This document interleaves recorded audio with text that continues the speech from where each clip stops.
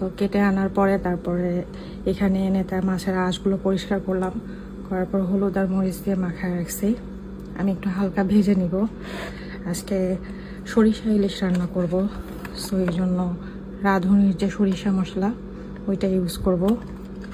আর এখানে একটু আছে পেঁয়াজ বাটা আর কাঁচামরিচ।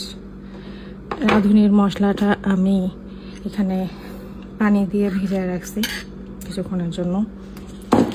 আর এখানে আছে হচ্ছে গিয়ে পেঁয়াজ কুচি করে রাখছি, ওকে, লবণ, আর হচ্ছে গিয়ে আমাদের এখানে সরিষার তেল, ওকে।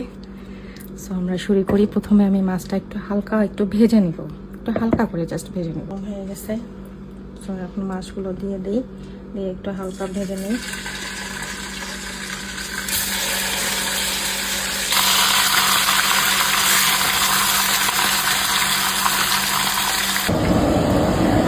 মাছ ভাজা হয়ে গেছে। এখন এই তেলটার মধ্যে আমরা পেঁয়াজ কুচি দিয়ে দিব কিছুক্ষণ ভাজার জন্য। পেঁয়াজটা ভাজার সময় আমি একটু হালকা লবণ দিয়ে দিব।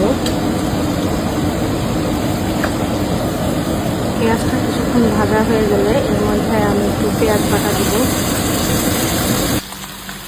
যেহেতু কিছুটা হালকা ব্রাউন কালারের মতো হয়ে আসছে, তো এখন আমি রাঁধুনির যে মশলাটা ভিজিয়ে রাখছিলাম সেটা দিয়ে দিব।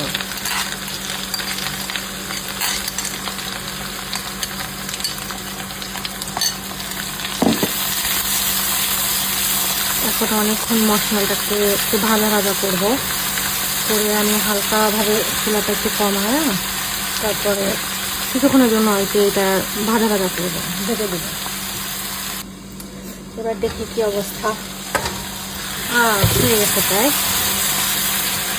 এবার আমরা আরো কিছু পানি দেব, প্রায় 1 কাপের মতো পানি দেব।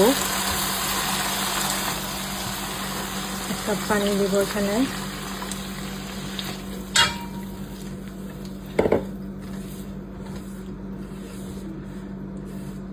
দিয়ে এবার একটু জালটা বাড়ায় দিব।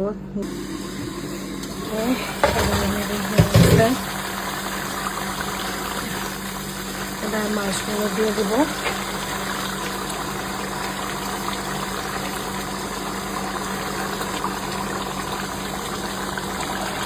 মাছগুলো দিয়ে দেওয়ার পরে রাঁধুনির মশলার প্যাকেটের মধ্যে যে একটা সরিষার পাউডার ছিল ওইটা দিয়ে দিব উপর দিয়ে।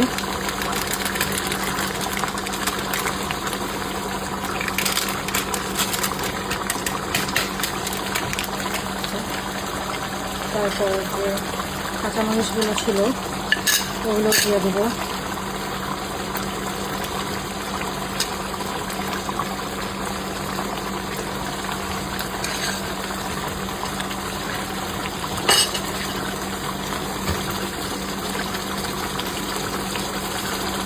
এবার কিছুক্ষণের জন্য একটু ভেজে দেবো। দেখা যাক এখন কি অবস্থা। হয়ে গেছে। এখন আর নাড়লাম না, কারণ এখন নাড়লে মাছগুলো ভেঙে যাবে। আর আমরা যেহেতু একটু ঝোল খেতে পছন্দ করি, তো একটু হালকা ঝোল রাখলাম। তো